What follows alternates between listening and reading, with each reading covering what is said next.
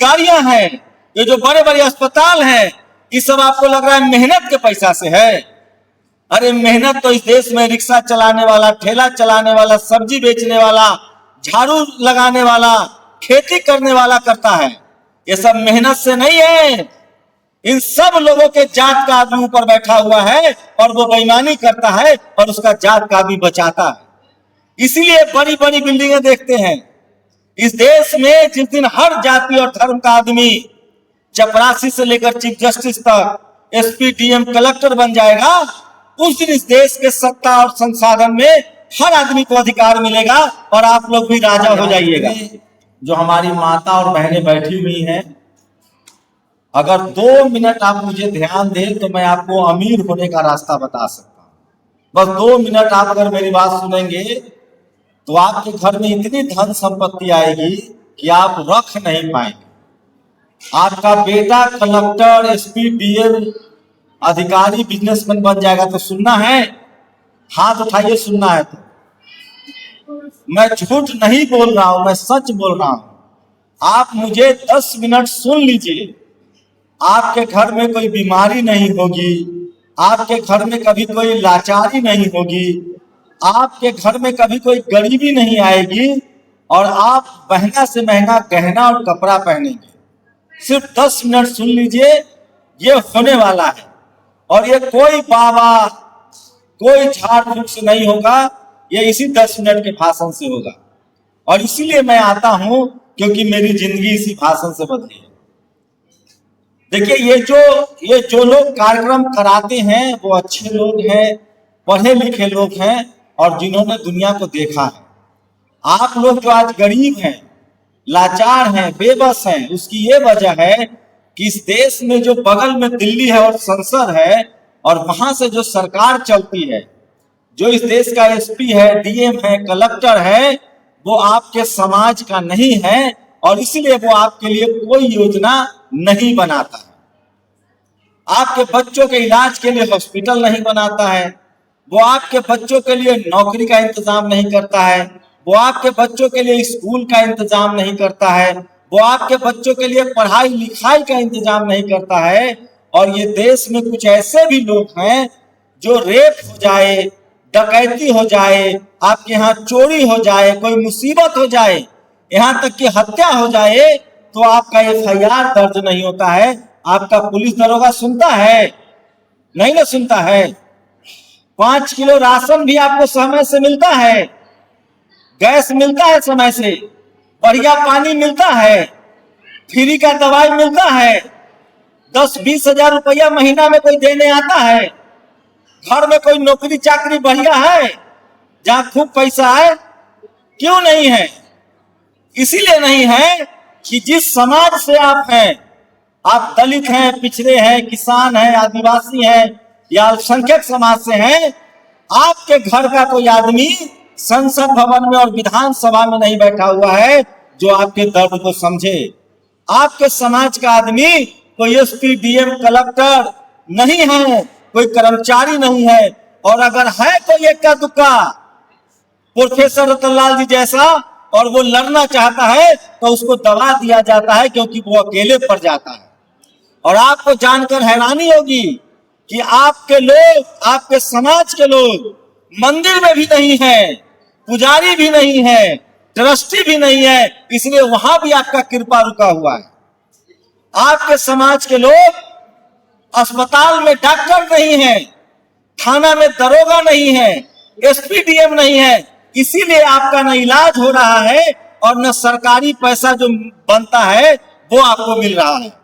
आपको लगता होगा कि जो दिल्ली में आप लोग रहते हैं ना, दिल्ली से हैं सब लोग, आपको लगता होगा कि ये दिल्ली में जो बड़े बड़े घर हैं, ये जो बड़ी बड़ी, ये मैं दावे के साथ कह रहा हूं, तो अगर आपको राजा होना है इस देश में, अपनी गरीबी दूर करनी है, अपने बच्चों को स्कूल, अस्पताल और इलाज देना है, तो आपको अपना नेता चुनना पड़ेगा।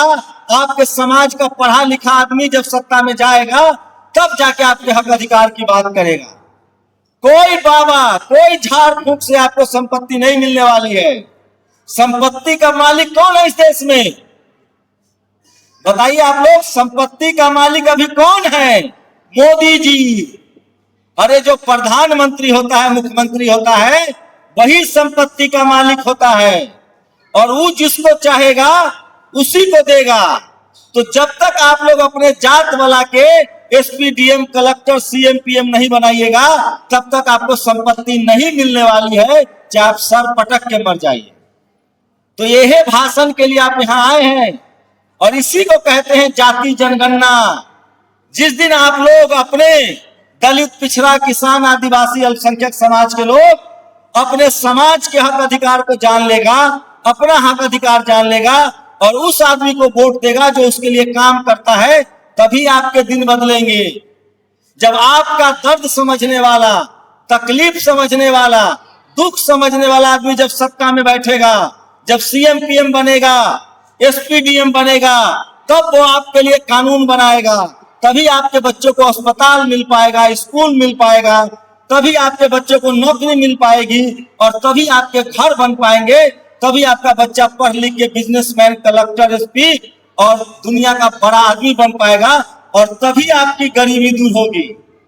इसलिए मैं कह रहा हूं कि इस देश में हर नागरिक को जो सबसे बड़ा अधिकार है वो वोट का अधिकार है और वो वोट जब तक आप सही तरीके से इस्तेमाल नहीं करेंगे, आप सर पटक लीजिए, आप तीर्थ कर लीजिए, धाम कर लीजिए, कहीं कोई मंदिर मस्जिद जाके माथा फोड़ लीजिए, आपकी जिंदगी नहीं बदलेगी। आपकी जिंदगी तब बदलेगी जब आपकी गिनती होगी और आपके समाज के लोग सत्ता में जाके बैठेंगे जहां धन संपत्ति का बंटवारा होता है।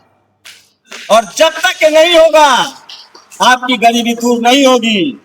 जो लोग सत्ता में पिछले 75 साल से एसपी, डीएम, कलेक्टर बन रहे हैं, जो सीएम पीएम बन रहे हैं, वो नहीं चाहते हैं कि इस देश के 90% लोग, माने 100 में 90 आदमी जो है वो अमीर हो। वो चाहते हैं कि 90 आदमी मुफ्त वाला मजदूर बना रहे। वो आपको मजदूर बनाए रखना चाहता है। वो चाहता है कि आपका बच्चा फैक्ट्री में लोहा पीटे और उसका बच्चा विदेश पढ़े। वो चाहता है कि आपका बच्चा इलाज के बिना कमजोर हो जाए, खाने के बिना कमजोर हो जाए और उसका बच्चा एसपी, डीएम, कलेक्टर बने। और ऐसे लोग हैं इस देश में और वही सत्ता में बैठे हुए हैं और उन लोगों को आपको सत्ता से हटाना पड़ेगा। और आपको जाति जनगणना, जब आपकी गिनती होगी कि कितना गरीब है, कितना अशिक्षित है, कितने लोग लाचार बेबस हैं, कितने लोग पढ़े लिखे नहीं हैं, कितने लोग मजदूर हैं, कितने लोग खेती करते हैं, और जब गिनती होगी इस बात की, तभी सरकार में बैठा आदमी का कान खुलेगा, दिमाग खुलेगा, कान नाक दोनों खुलेगा और तब वो आपके लिए पैसा भेजेगा कि इन बच्चों के लिए स्कूल बनाओ, अस्पताल बनाओ, भोजन का इंतजाम करो, नौकरी का इंतजाम करो और तब जाके आपके घर में अमीरी आएगी, तब आपकी गरीबी दूर होगी। तो बोलिए, हमने सही बोला ना? और इस गरीबी को दूर करने का एक ही रास्ता है, आपको वोट का अधिकार है और उस वोट का अधिकार का आपको सही से इस्तेमाल करना पड़ेगा। और जब तक सरकार नहीं समझेगी कि कौन गरीब है, कौन लाचार है, कौन बेबस है, और जब आपके समाज का आदमी वहां बैठा होगा, तभी जाकर आपको अधिकार मिलेगा। और इसीलिए जाति जनगणना जरूरी है। और जो लोग इस तरह के कार्यक्रम कराते हैं उनके लिए भी ताली बजाइए। और वो तमाम पढ़े लिखे अमीर लोग, MP, MLA, doctor, engineer, professor जो इस कार्यक्रम में आते हैं, जो भाषण देते हैं, उनके लिए भी ताली बजाइए, क्योंकि यही गरीबी से निकलने का रास्ता है। आपका जनगणना हो, आपकी गिनती की जाए, आपके लिए तभी स्कूल, अस्पताल बनेगा और तभी आप अपने गरीबी से दूर होंगे। और सोचिए, थोड़ी बहुत तकलीफें दूर हुई है, और भी काम करने की जरूरत है। तो जाति जनगणना होना चाहिए ना? अगली बार जब कोई वोट मांगने आए तो उससे पूछिएगा कि जाति जनगणना के पर तुम्हारी क्या राय है, कराओगे, हमारी गिनती करोगे, हमारे घर के बारे में जानोगे कि हमारे पास खाना है कि नहीं, दवाई है कि नहीं, स्कूल है कि नहीं, अस्पताल है कि नहीं। आ कहे कि हाँ जाति जनगणना कराएंगे, तभी उसको वोट दीजिएगा। तो हम लोगों की गरीबी की वजह है कि हम लोग अपना वोट सही जगह नहीं डाल पाते हैं। और इसी को जागरूक करने के लिए इस तरह के कार्यक्रम होते हैं और आप सब लोग आते हैं इस तरह के कार्यक्रम में आते रहिए, एक समय आएगा जब आपको अपना अधिकार मिलेगा। बहुत बहुत शुक्रिया।